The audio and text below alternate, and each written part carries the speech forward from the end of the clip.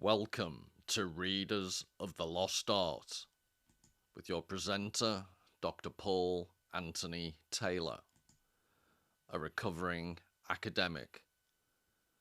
And the title of today's talk is Invasive AI and Chatbots, Culture's Florida Pythons. I fear the geeks, though gift on gift they bear. A paraphrasing of Virgil. Gen Z and Alpha lack the cultural immune system that provokes a resistance to AI among older cohorts. Chatbotgpt is finishing the job that iPhone started, raising a cohort defined not only by illiteracy, but by hostility to literacy. Matthew Gasda. And this, for those of you that don't recognize it, is the Florida Everglades. Edenic, beautiful sight. And for the more nocturnally minded, as the sun sets across the Everglades. And for those more artistically minded,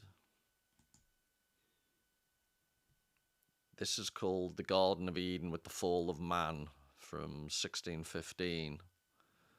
And the figures, the Adam and Eve characters are by Rubens, and later the landscape and animals were done by Jan Bruegel the Elder. I think he must have been paid per animal.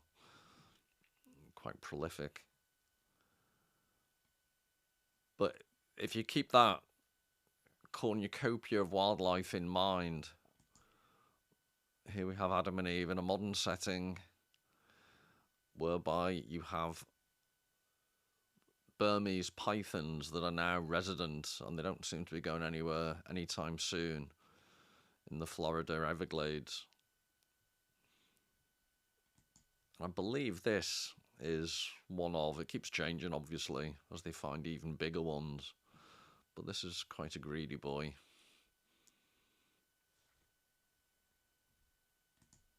So hi everybody. And I wanted to pick up, just to give a very quick recap, this is what I looked at in the previous video. And I want to link it to the concept of, as you've seen, I was wondering how to build upon the previous video and how to make it all a bit more current and topical and just easier to comprehend. And I had a house guest who mentioned, you know who you are, who mentioned the Florida pythons and how they'd completely invaded the Everglades. And after that, I went and looked and watched a load of videos. And for those of you who don't know, I didn't know anything about it. I'd heard about it, but I didn't know much of the detail. But obviously, exotic pet owners in Florida have let their pets out into the wild. And I don't think the pythons are the only one. I think there's iguanas and all sorts that aren't native to the Everglades. But in particular, the Burmese python, it has no apex predator, so it's completely annihilated the mammalian and bird species within the Everglades. And this struck me as a great analogy for some of the themes that I discussed last time, but in particular, the notion of how symbolism, which is what Terrence Deacon picks upon as one of the key driving forces in the rapid evolution of language within humankind. He argues symbolism is the higher realm, and just to give this quick recap, first of all, there's three layers. He borrows this from Charles Sanders Peirce's notion of semiotics.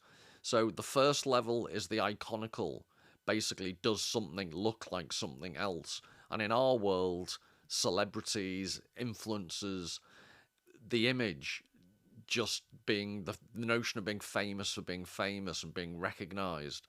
Obviously, iconicity, the iconical is alive and well and very much kicking. Then you have the indexical, which is the notion of causality.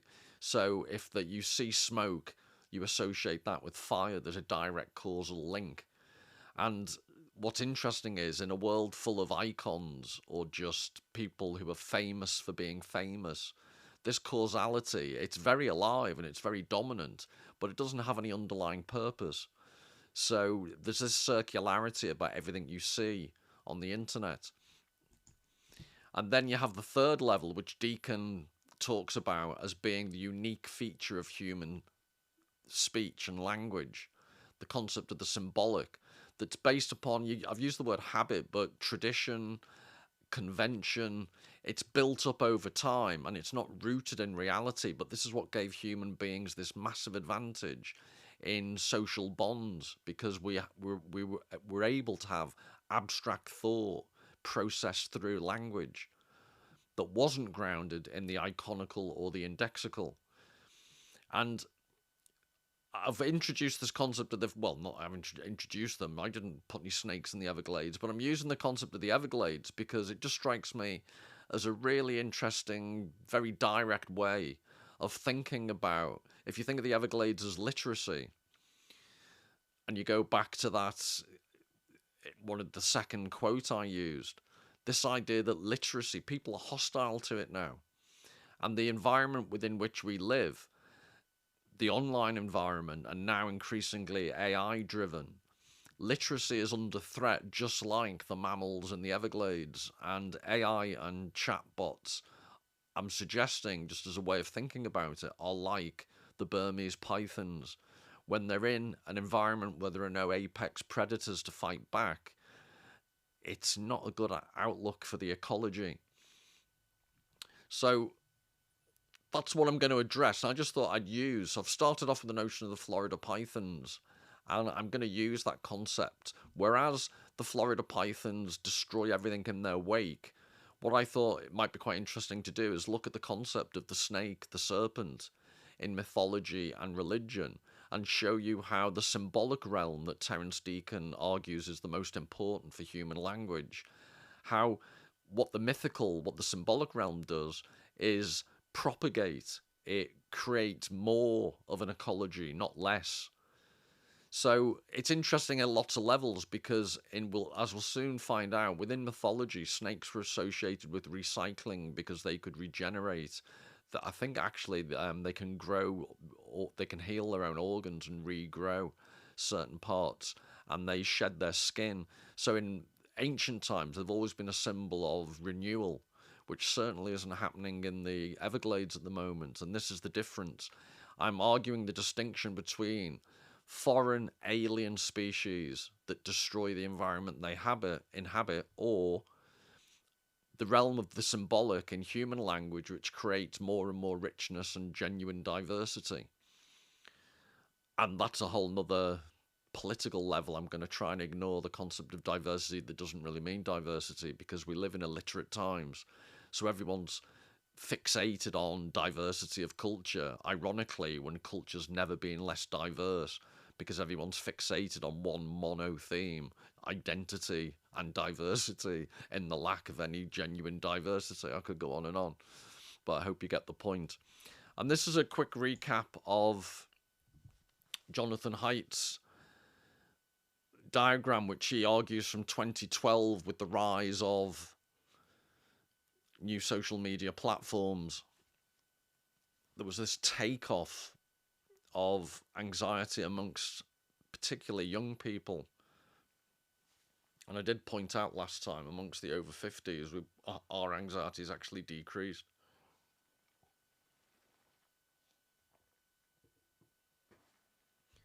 So this is just to show it's not an abstract problem. What I'm talking about is very real. And I'm building upon Haidt's graph here to argue that in addition to 2012 and the rise of social media platforms, this is also the death knell and the end of literate culture.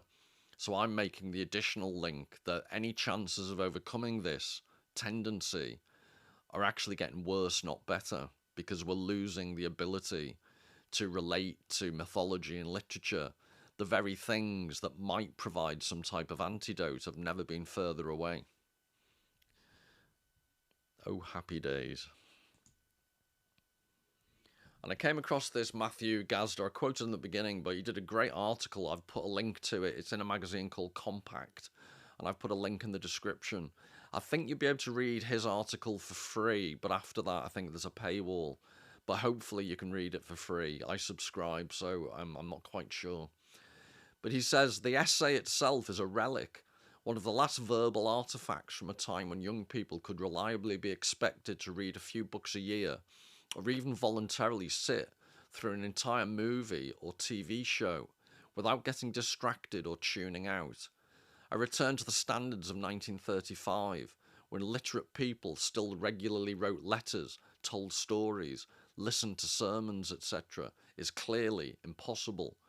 I should have said Matthew Gasda, he's a playwright, he's a novelist, but he mentions, I'm assuming he teaches some like creative writing or English literature, because he talks about being involved in higher education and education for, many years. And this chimes exactly, he's not saying anything. And why I picked up on this article is everything he says I can completely relate to, being a recovering academic and having noticed the sad decline of literacy, which you could argue whether it's good or bad in society at large. But the one place you'd expect literacy to be alive and well, I'd argue, would be the higher education sector. And even there, people, students, even colleagues, the number of colleagues I had who didn't have, I think I've mentioned this before, but any intellectual hinterland, they had no interests in literature, and students would read less and less, and what was expected of them was less and less.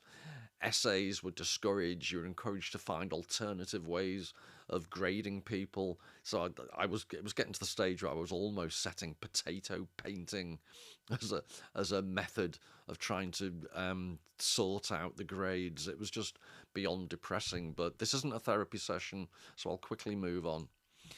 The conditions of 2000, when I was a teenager, I wish, seem nearly as unattainable. I'm not sure if teenagers, discounting rare exceptions, could pass an episode of Seinfeld, let alone Pride and Prejudice. It's interesting, he's given the dated example of Seinfeld, but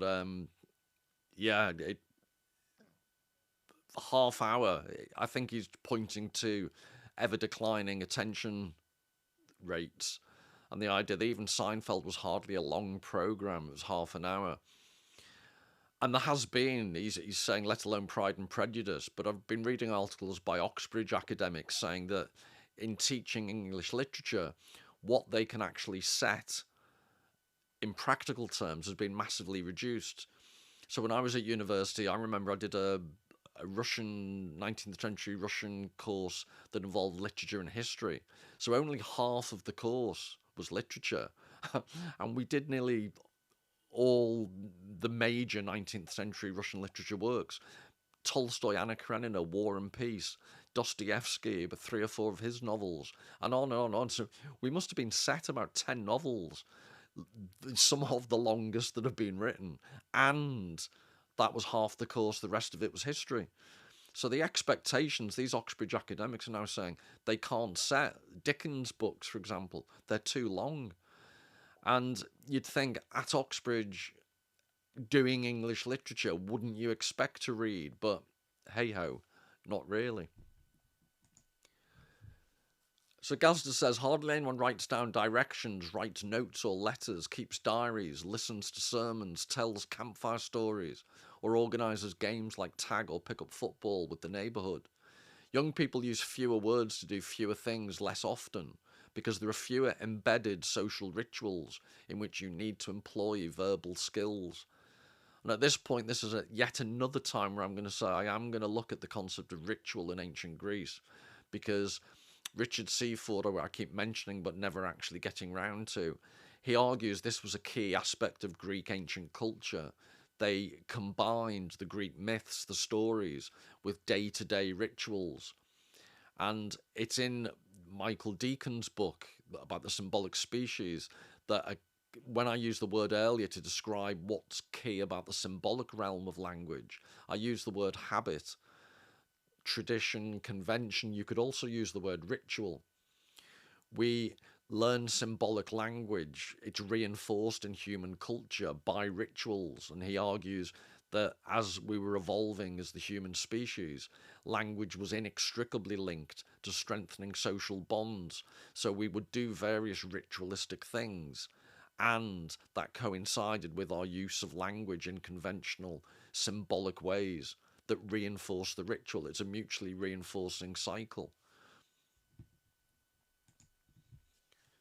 So he says, every year I've been teaching or tutoring, I've observed a generalized incremental decline in the ability of teens to organize, index, and relay information. And like I said earlier, I would totally agree with that observation from first-hand experience.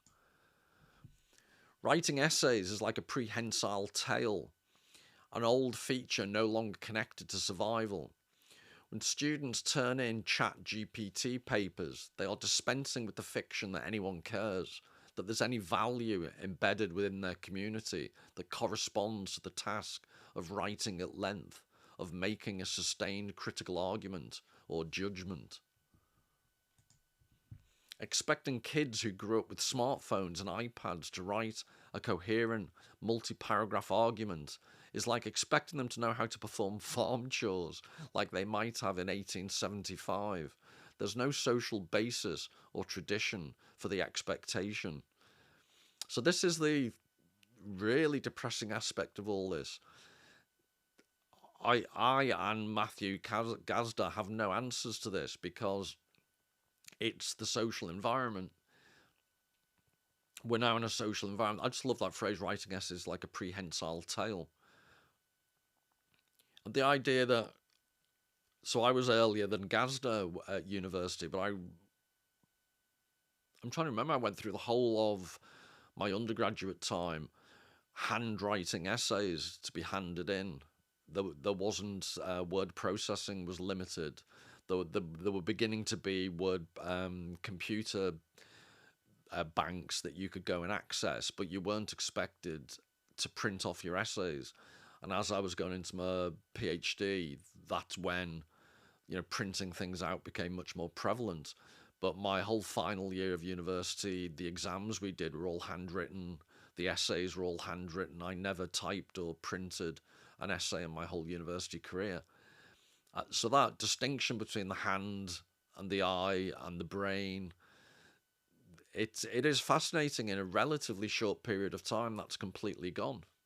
And maybe another time, but there are profound consequences to this development in the sense that writing essays by hand, writing letters to loved ones has gone out the window largely. These things have happened for thousands of years, and all of a sudden, the Burmese pythons are in the Everglades. So this is one of his solutions. The notion of a soul, I said he didn't have any, but he is trying. The notion of a soul as practical value that protects us against relinquishing our bodies and minds to zombie-like superintelligences. Put differently, any practice that seeks to build up and amplify our own sense of ourselves as human animals with a specific species being is closer to religion than technocracy. AI should push secular humanists and devoted believers closer together. And that is an element I've been pursuing recently and will continue to do so. This notion that you can see religion, if you're non-religious, and myth without being I'm not trying to disparage religion at all, but ancient myths and religion share certain literary qualities. They share an element of soulfulness, whether you happen to be religious or not. And all the recent evidence I've been reading is amongst the younger generations, church attendance is going up, and people seem to have this real need for some type of spiritual connection. And I think this is what Gasda's talking about. It is this idea that the brain is being replaced by these artificial intelligences, but artificial intelligences, by their very nature, made of carbon the way they are, cannot replace the soul of a human being. So, in terms of there being any optimism, it's quite interesting that anything that helps develop the human soul further distinguishes us from machines. previously we want, human beings would distinguish from animals. Now we're increasingly trying to find ways to distinguish ourselves from machines.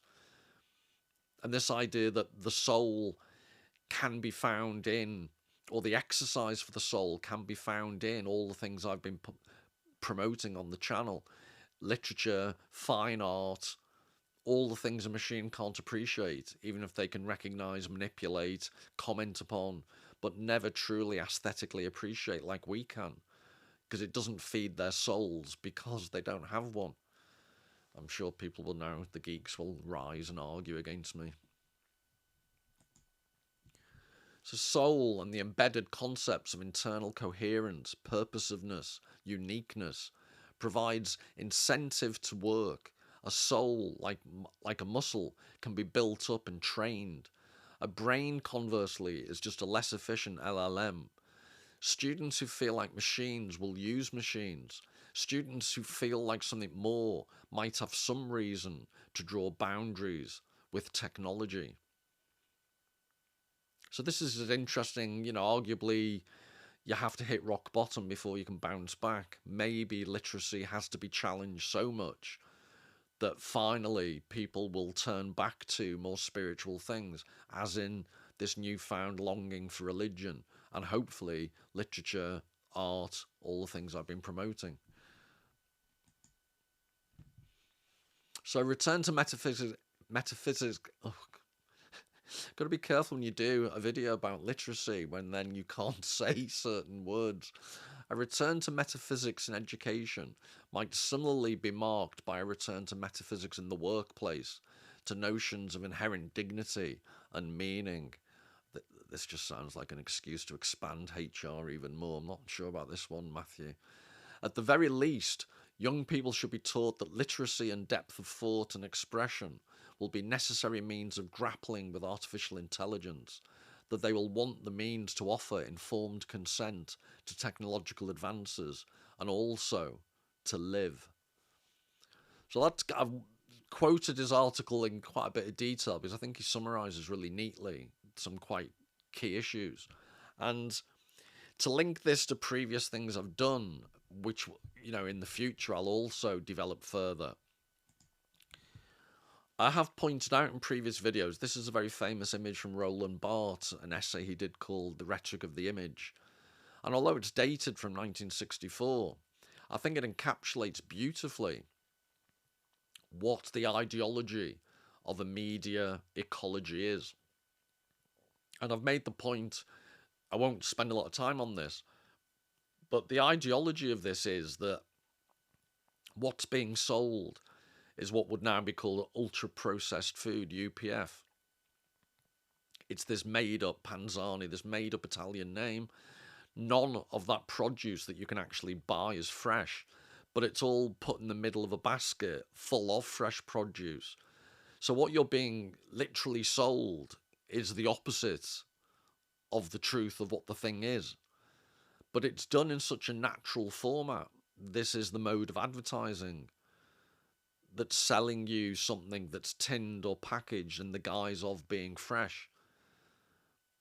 That Barr analyzes brilliantly. And this is, I'm showing you this because I'd argue this is the exact opposite of what engagement. So I'm saying this is the dominant type of ideology, even from the 60s. This has got worse and worse and worse. You don't have to talk about fake news. You don't have to talk about misinformation. The very mode in which information is presented in mass media and social media is of this type. It's the false recognition of something that's misrepresented as part of the very medium. And myth and engagement, all the things Gasda is promoting, proper literacy, the things that are dying out, engagement with theological thought, religious thought, engagement with literature and art is the opposite of this, because it makes you reflect upon the nature of reality, the nature of truth. It's about reflection in the active conceptual sense, rather than the passive reflection of screens of information like this that are the opposite of what they appear, or they're shown in the opposite guise of what they actually are.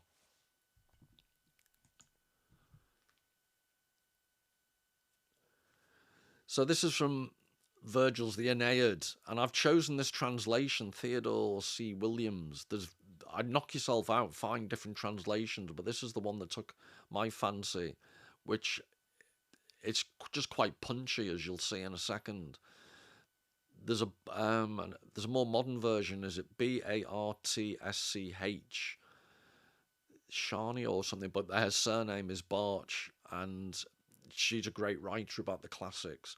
So I'd also recommend her translation. So Laocoön in Virgil's The Aeneid, he's a priest, and this all relates, and this is how myths feed upon each other. He is the priest who warns the Trojans when the Greeks push in the Trojan horse, this big wooden horse with all their warriors concealed within. He comes running down. I think he's making a sacrifice at the time. And he comes running down and warns everyone. And you'll see in a second, he's basically shouting, "What are you doing? What are you doing? This is a trick." And no one listens to him. So, and you'll see his fate involves snakes. So this is how it links to the whole notion of the Florida pythons. I'm trying to keep the serpentine, labyrinthine theme going.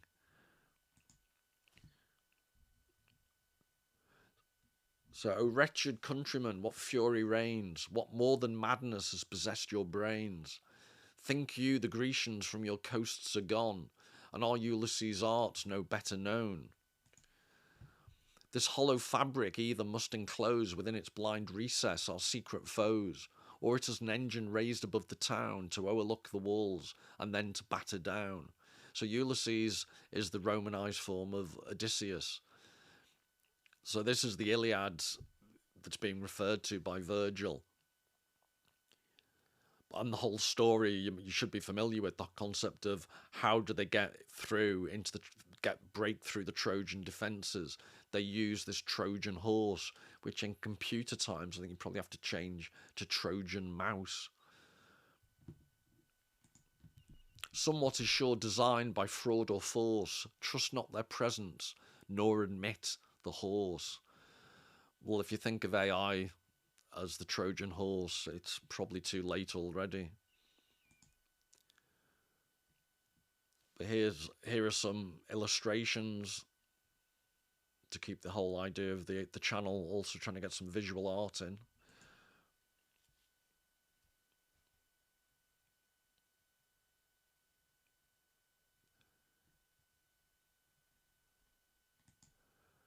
O unhappy men, what madness this, who deems our foeman fled?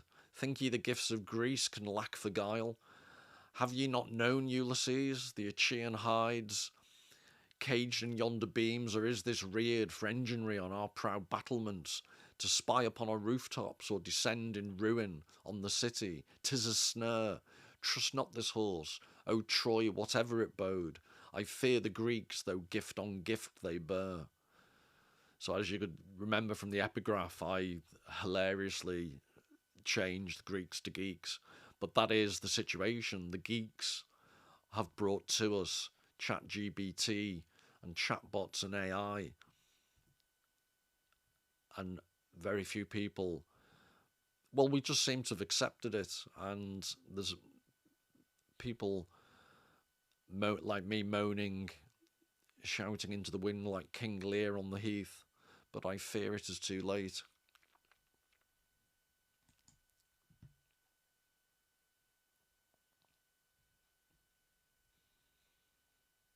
And part of this is what I was saying earlier about the way in which myths replicate a bit like snakes over time. They give rise for centuries to all these different representations and engagements with them. Whereas, just to repeat, the Florida Python AI chatbot mentality destroys everything in its wake. Laocoön, Neptune's priest by lot that year, with solemn pomp then sacrificed a steer, when dreadful to behold from sea we spied 2 serpents ranked abreast the seas divide, and smoothly sweep along the swelling tide, their flaming crests above the waves they show. Their bellies seem to burn the seas below, their speckled tails advance to steer their course, and on the sounding shore the flying billows force.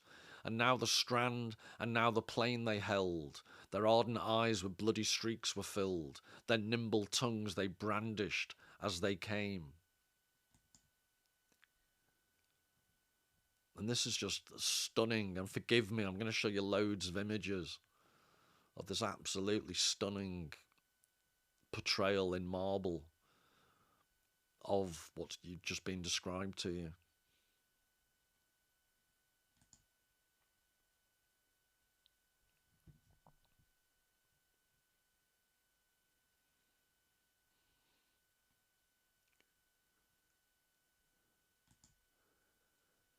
This is by El Greco.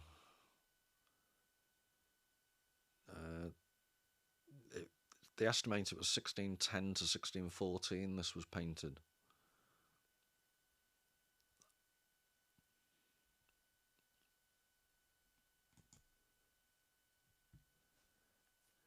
That's a close-up detail.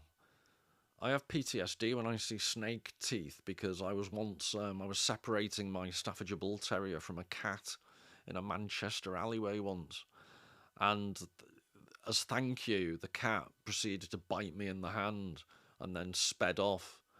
And as it sank its fangs into my hand, it really was snake-like. It was horrible. And I was travelling to go, I was acting as an external examiner at another university, and I had to make an appointment at their medical centre to be given antibiotics.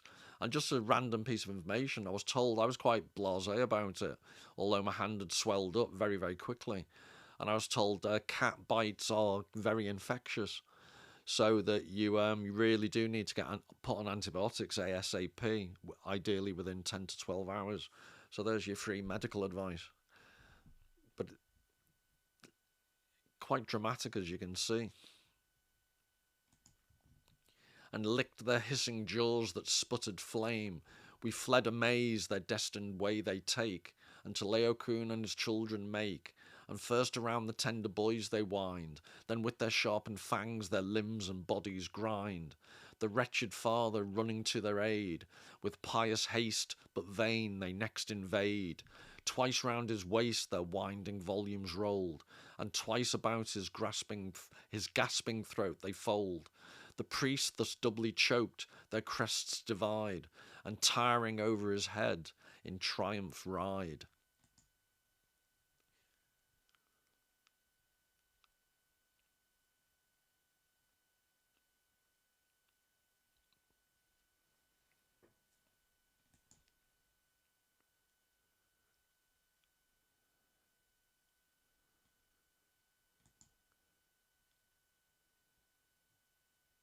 So there are quite a few versions, but forgive, like I say, the constant showing of different angles and stuff. But at various places, there are copies of these statues. And that's me in a Manchester alleyway being bitten by a cat.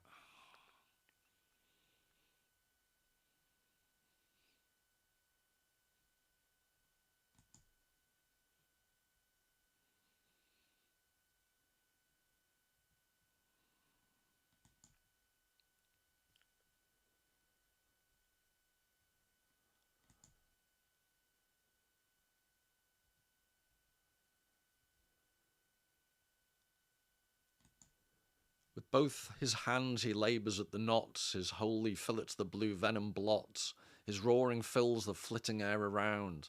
Thus, when an axe receives a glancing wound, he breaks his bands, the fatal altar flies, and with loud bellowings breaks the yielding skies. Their tasks performed, the serpents quit their prey, and to the Tara palace make their way. Couched at her feet, they lie protected there by her large buckler and pretended spear.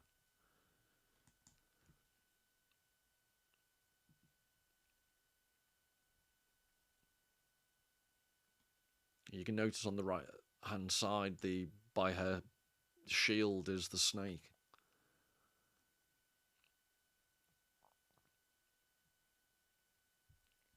So this was known as Pallas Athena. So it's the goddess Athena, or for the Romans it would be Minerva. But she's the goddess of wisdom. And this is where the snakes, it gets quite complicated. The snakes have this concept of, they're chthonic, in other words, they're associated with coming out from the bowels of the earth. But also they're associated with wisdom. And I mentioned before that they're regenerating animals. So this is again the notion of a symbol, but through habit and custom and tradition, they take on layers of meaning.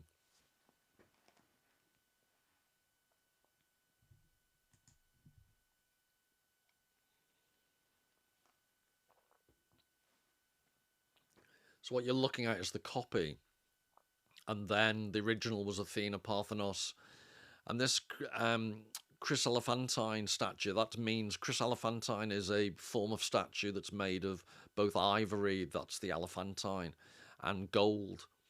So I should have given an example, but they look really odd. And then just to give another example, this is a different strand of mythology. But the Gigon Tamaki frieze, the Pergamon Altar, which is, if you look on, you can see a similar, it's Athena, the face unfortunately has been destroyed. But she's battling the giants, and you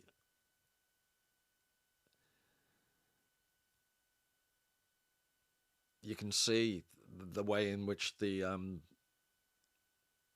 guy she's battling is like the previous statues you've seen.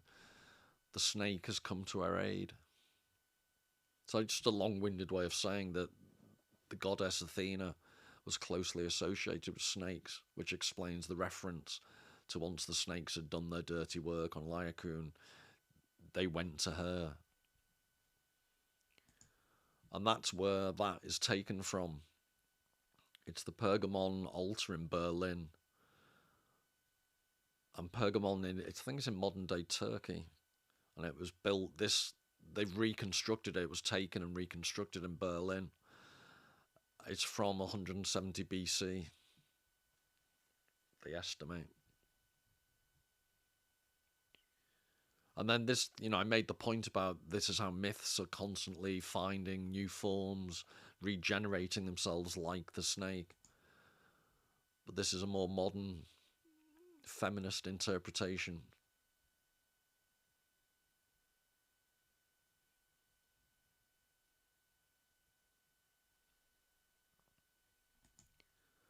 And then this is an older, obviously, but and this is different. He's not being attacked by the snake. This is Bacchus, or as the Greeks would call him, Dionysus.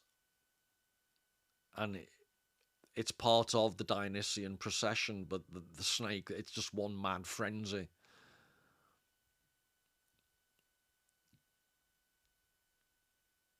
So in this case, the snake is an ally, not an enemy. But I made the point earlier about the way in which myths, wheels within wheels within wheels, and there's a collection of modern versions of Ovid, which I will return to Ovid in future. But the description of the Ovid's metamorphoses is that it's snakes devouring snakes devouring snakes. It's tails within tails within tails. Tail as in snake tail and TALES. Pun was deliberate. And this constant interrelationship between all the myths and the symbols within those myths, this is the exact opposite of the ecology of the mind when the Florida Python chatbot entities destroy literacy. This is what's lost, is what I'm suggesting. So to make this argument, it's a difficult to read, but brilliant book, this Paul Ricoeur, The Symbolism of Evil. But le symbole donne à penser, the symbol gives rise to thinking. If you're wondering, what is, I mentioned it last time with reference to Deacon and the distinction between symbols, icons, and the indexical. But maybe the simplest way to think of it is the symbol gives rise to thinking. I think it's a brilliant phrase. The fields of history of religion and psychoanalysis are sometimes very close to each other. Both are interested in myths as unveiling the depths of the human soul. So this is what I was saying earlier about religion and mythology, how without insulting anyone who's religious, they have this common quality. So with that in mind, if you can keep these two ideas, these two quotes in mind, I was going to then jump to the book of Genesis, and from that, use that as a launching pad into just a few quotes. I won't go into too much depth, but John Milton's Paradise Lost, it's based upon the book of Genesis, just again to show how these myths feed upon myths, feed upon myths, and it's a positive form of the serpentine, the snake-like, the maze within mazes. And the Lord God said to the woman, "What is this you have done?" The woman said, "The serpent deceived me, and I ate." So the Lord God said to the serpent, "Because you have done this, you are cursed more than all cattle, and more than every beast of the field. On your belly you shall go, and you shall eat dust all the days of your life. And I will put enmity between you and the woman, and between your seed and her seed. He shall bruise your head, and you shall bruise his heel." So you'll either be glad or not glad to know there's a whole lot of stuff I'm going to do on the book of Genesis. And ultimately, I want to do the book of Job and Ecclesiastes, which are all, I'm trying to introduce bits at a time in the guise of all this other stuff to try and persuade you the Old Testament is not a dry, dusty book if you look at it in a certain way. And artistically, just the number of things it's given rise to. So you should recognise this, any art lovers, as William Blake. And if I'm totally honest, William Blake's never really done it for me, but that's completely personal. But that's a personal reaction. But I recognise how important he is, especially in relation to these type of illustrations I'll show you that are coming up.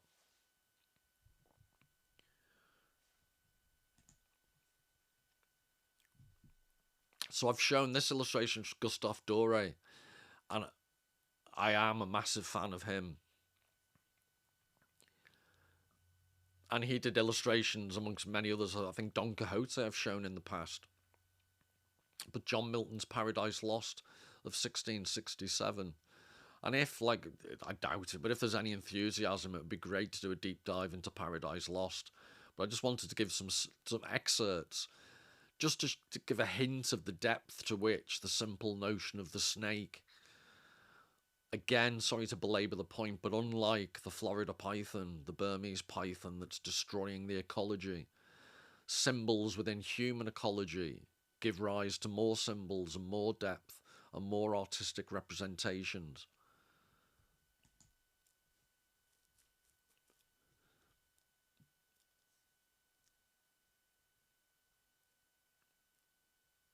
So I'm trying, is this book 4?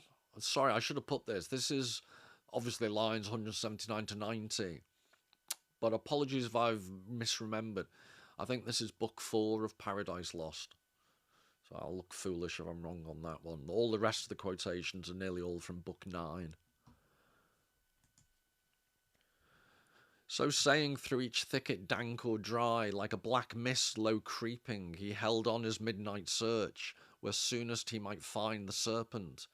Him fast sleeping soon he found, in labyrinth of many a round self-rowled. So this is Satan. He's fallen from heaven, or basically left. And notice the wings are like horrible and bat-like. Apologies to any bats I've insulted.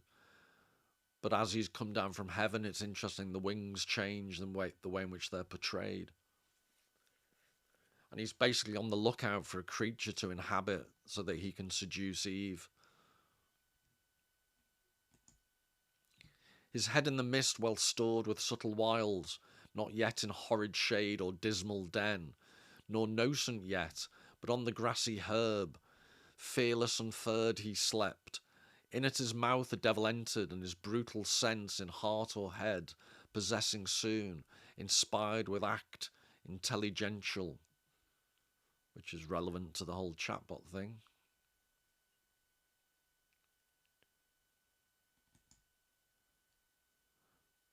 Yes, it was book 4, and this is further on. Aside the devil turned for envy, yet with jealous leer malign, eyed them askance, so he's now looking at Adam and Eve, and to himself thus plained, sight hateful, sight tormenting, thus these two, imparadised in one another's arms. The happier Eden shall enjoy their fill of bliss on bliss, while I to hell am thrust, where neither joy nor love but fierce desire, among our other torments not the least, still unfulfilled with pain of longing pines. So this is the devil himself, racked with envy because he's looking at Adam and Eve cavorting. Yet let me not forget what I have gained from their own mouths. All is not theirs, it seems.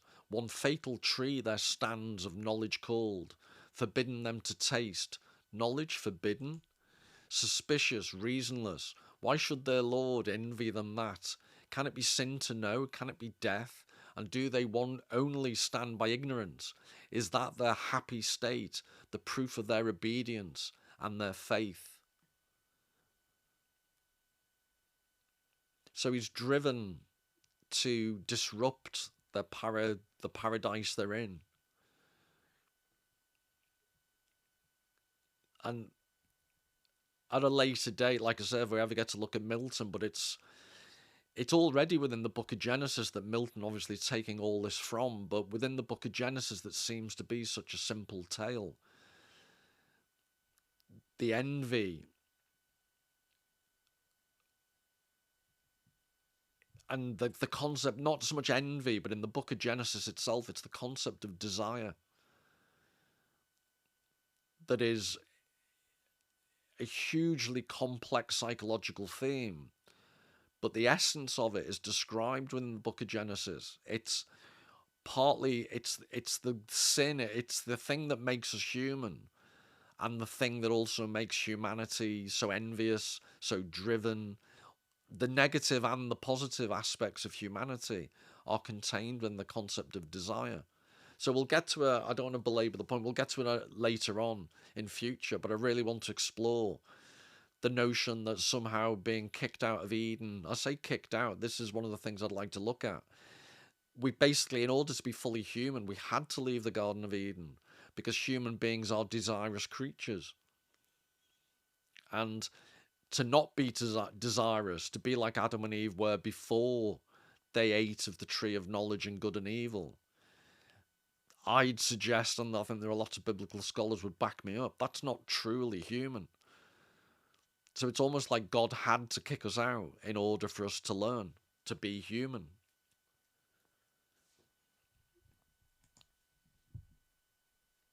But this is a English artist, another black and white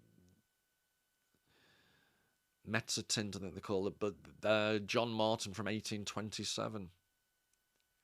And that is a visual illustration of the previous quote about looking on and being jealous and envious.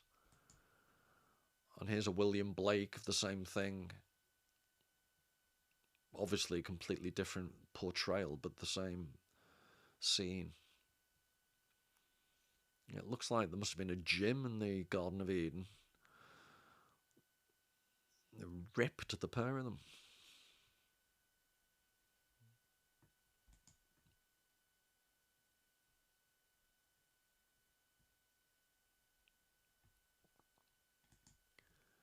So this is the précis at the beginning of the book 9. The serpent finds her alone, his subtle approach first gazing, then speaking, with much flattery, extolling Eve above all other creatures. Eve, wondering to hear the serpent speak, asks how he attained to human speech and such understanding. Not till now. The serpent answers, not till now. The serpent answers that by tasting of a certain tree in the garden, he attained both to speech and reason, till then void of both. Eve requires him to bring her to that tree and finds it to be the tree of knowledge forbidden. The serpent, now grown bolder, with many wiles and arguments, induces her at length to eat. And I don't think you'll get the full, I'm not going to show all the full quotes, but it's interesting that when Eve is being tempted in the actual, I think she says to herself, she's not sure whether she will die or not when she eats the fruit. And by the way, when I say fruit, I think I heard someone say that Milton introduced the notion that the fruit was an apple. I actually think it might have been Edmund Spenser, the English earlier poet. But anyway, the point being, it's never mentioned in the Bible what type of fruit it is. I suspect the Apple marketing board are involved in. Everyone seems to think it's an apple when, just as a point of information, it isn't necessarily. But she doesn't know whether she will die or not. And there's a line, there's a 2 or 3 lines where she basically says, well, it will be better to die with Adam if I get him to eat it as well, than leave Adam on his own so he can find himself another Eve. But later on, those words are completely forgotten. So I'm trying to politely suggest that Eve's not honest with herself or Adam later on when she tries to persuade him the motivation for eating the fruit of the tree of good and evil.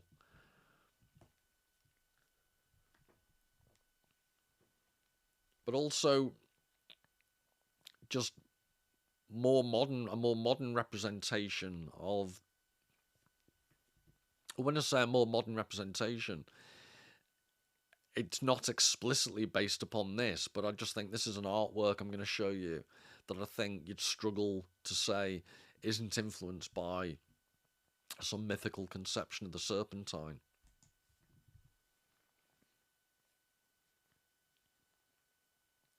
So this is by a British artist called Richard Deacon. It's at the Tate Museum. And he does seem to have a serpentine fixation, Richard. So spake the enemy of mankind, enclosed in serpent, inmate bad and toward Eve addressed his way, not with indented wave, prone on the ground as since, but on his rear, circular base of rising folds, that toward fold upon fold a surging maze. His head crested aloft, and carbuncle his eyes, with burnished neck of verdant gold, erect amidst his circling spires, that on the grass floated redundant. Pleasing was his shape, and lovely, never since of serpent kind lovelier.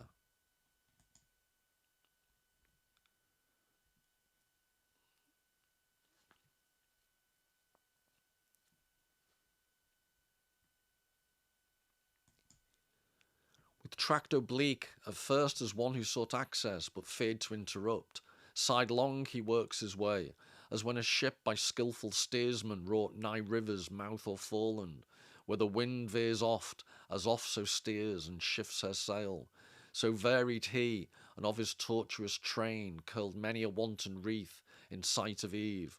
To lure her eye, she'd busied heard the sound of rustling leaves, but minded not, as used to such disport, before her through the field.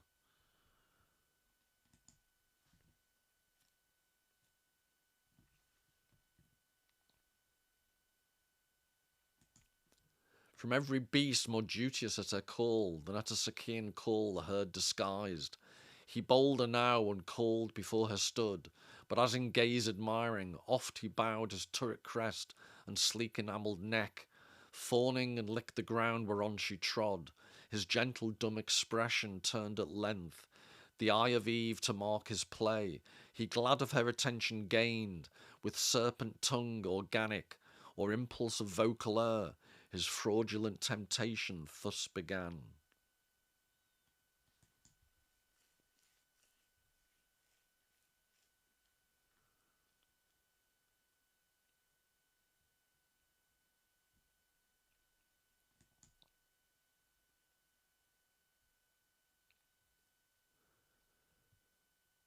So these are the temptation scenes, obviously.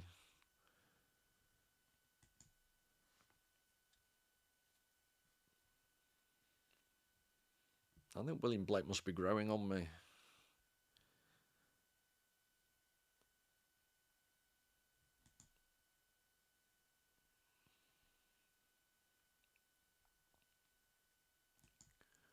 So saying, her rash hand in evil hour, forth reaching to the fruit she plucked, she eat, earth felt the wound, and nature from her seat.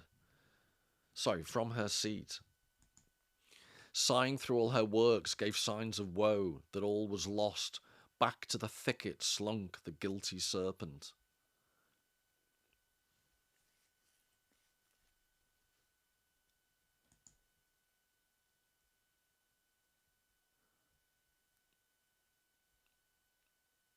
You can see the snake at the bottom.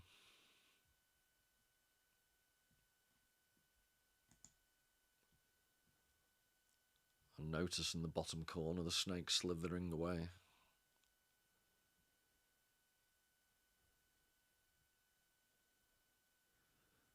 And again, this is a John Martin illustration.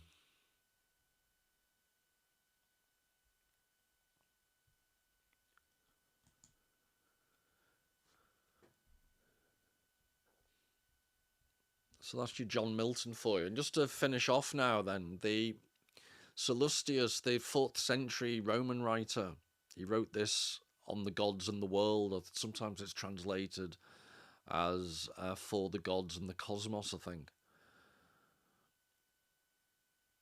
He's also referred to as Sallust as well as Sallustius. But anyway, this is what he says about the myths. That the myths are divine can be seen from those who have used them. Myths have been used by inspired poets, by the best of philosophers, by those who establish the mysteries, and by the gods themselves in oracles. Sorry, that should be in a lowercase. I'm quite traditional about this. I didn't mean to put God with a capital G. So apologies to the real God and these pagan gods. That should be a small g. And by the gods themselves in oracles. But why the myths are divine, it is the duty of philosophy to inquire. Since all existing things rejoice in that which is like them, and reject that which is unlike, the stories about the gods ought to be like the gods, so that they may both be worthy of the divine essence, and make the gods well disposed to those who speak of them, which could only be done by means of myths.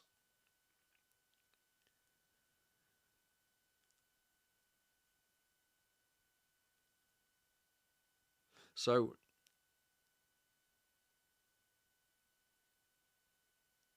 this idea that the myths have this, they're worthy of the divine essence,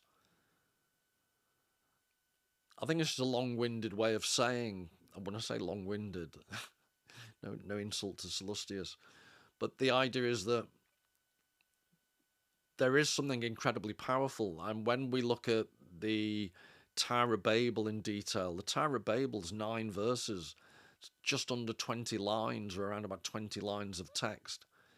And it is so rich. The Garden of Eden story is so short. But when you dig down into the structure of it, there's a chiastic structure, there's an inversion and repetition of certain phrases and structure, the same in the Tower of Babel. There's an awful lot going on, and with the various layers, because it was Hebrew, the various translations into Greek and then into English, there is so much going on. And this idea that they contain an essence. So I've just tried to show you in this video the concept of the serpent, and that simple concept, how it just keeps giving rise to more and more and more layers of meaning. And without punning too crudely on the notion of giving rise, I just wanted to give you a visual example of the serpentine again.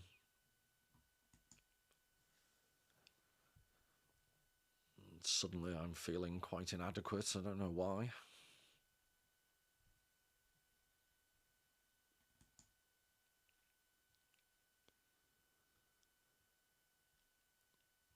But just the way in which the serpent has been adapted like I say, I'd love to go into the Book of Genesis with you on the psychology of desire and how it's represented in the Book of Genesis. But obviously, artists have picked up on this. The whole notion of the female being tempted by the serpent, the female then going on to tempt the man.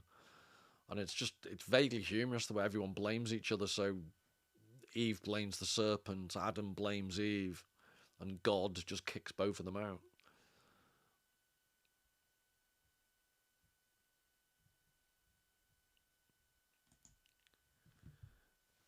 Now, these things never happened, but always are. And mind sees all things at once, but reason or speech expresses some first and others after. Thus, as the myth is in accord with the cosmos, we for that reason keep a festival imitating the cosmos, for how could we attain a higher order?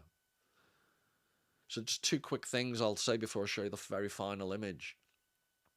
I just love that phrase, now these things never happen but always are. That's the power of great literature. Although they never happen, they're describing the essence of truth that is. And then we, for that reason, keep a festival imitating the cosmos. So that's another role, this ritualistic. This is what the scientist, the evolutionary anthropologist, neuroscientist Deacon is talking about when he says symbolism is based upon convention, tradition, habit. That allowed humankind to achieve a higher symbolic order. And I think Sallustius is referring to that. It joins us to the cosmos in a profoundly meaningful way. And this is everything that the Chatbotgpt and invasive AI, like the Burmese python, destroying the ecology of our minds.